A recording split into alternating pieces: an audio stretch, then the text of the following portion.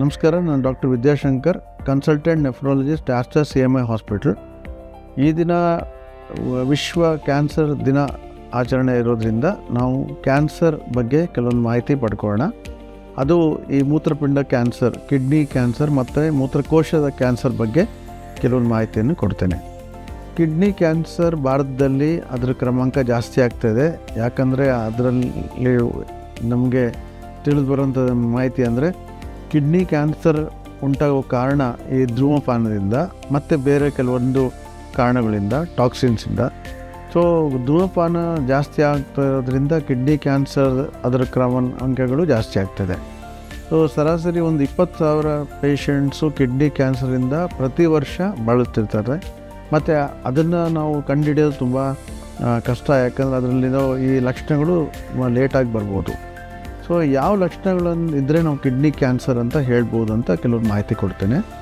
So kidney cancer ಅಂದರೆ ಕಿಡ್ನಿಯಿಂದ ಬರ್ಬೋದು, ಅಥವಾ ಕಿಡ್ನಿಯಿಂದ ಯುರೇಟರ್ ಅಂತೀವಿ ಅದರಿಂದ ಬರ್ಬೋದು, ಅಥವಾ ಮೂತ್ರಕೋಶ ಅದು ಬ್ಲ್ಯಾಡ್ರಿಂದ ಬರ್ಬೋದು. ಸೊ ಕಿಡ್ನಿಯಿಂದ ಬರ್ತಾ ಇದ್ದರೆ ಈಗಿನ ರೀನಲ್ ಸೆಲ್ ಕಾರ್ಸಿನೋಮಾ ಅಂತ ಹೇಳ್ತೀವಿ. ಅದು ಈ ಥರ ಆ ಕಿಡ್ನಿ ಒಳಗಡೆ ಗಡ್ಡೆ ಆಗಿ ಅಲ್ಲಿಂದ ಕೆಲವೊಂದು ಸರ್ತಿ ನೋವು ಉಂಟಾಗ್ಬೋದು. ಡಲ್ ಏಕಿಂಗ್ ಪೇನ್ ಅಂತೀವಿ, ನೋವು ಬರ್ಬೋದು.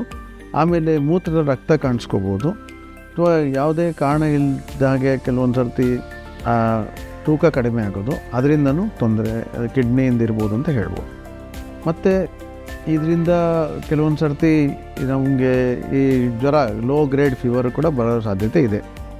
ಸೊ ಕೆಲವೊಬ್ಬರಿಗೆ ಯಾವುದೇ ಥರ ತೊಂದರೆ ಇಲ್ದಂಗೆ ನಾವು ರೊಟೀನ್ ಸ್ಕ್ಯಾನಿಂಗಲ್ಲಿ ಈ ಕಾಯಿಲೆ ಕಂಡುಹಿಡಿಯೋಕ್ಕೆ ಸಾಧ್ಯ ಆಗುತ್ತೆ.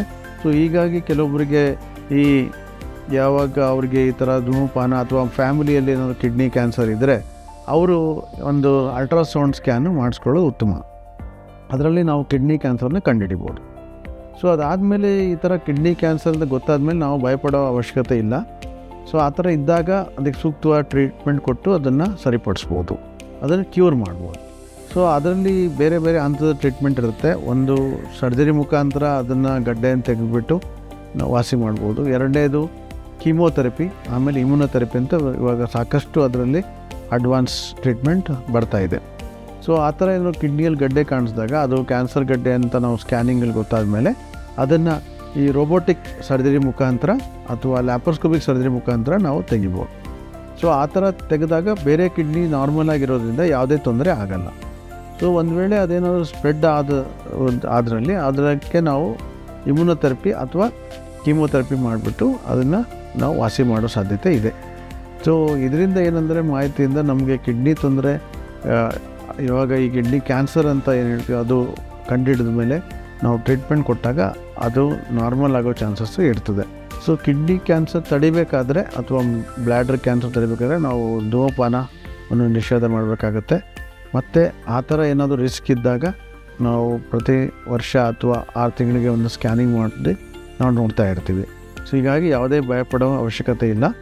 ಯಾವುದೇ ಮಾಹಿತಿಗೆ ನಾವು ಅದನ್ನು ಸೂಕ್ತವಾದ ಟ್ರೀಟ್ಮೆಂಟ್ ತೊಗೊಂಡ್ರೆ ಅದರಿಂದ ವಾಸಿಯಾಗೋ ಸಾಧ್ಯತೆ ಜಾಸ್ತಿ ಇರುತ್ತೆ.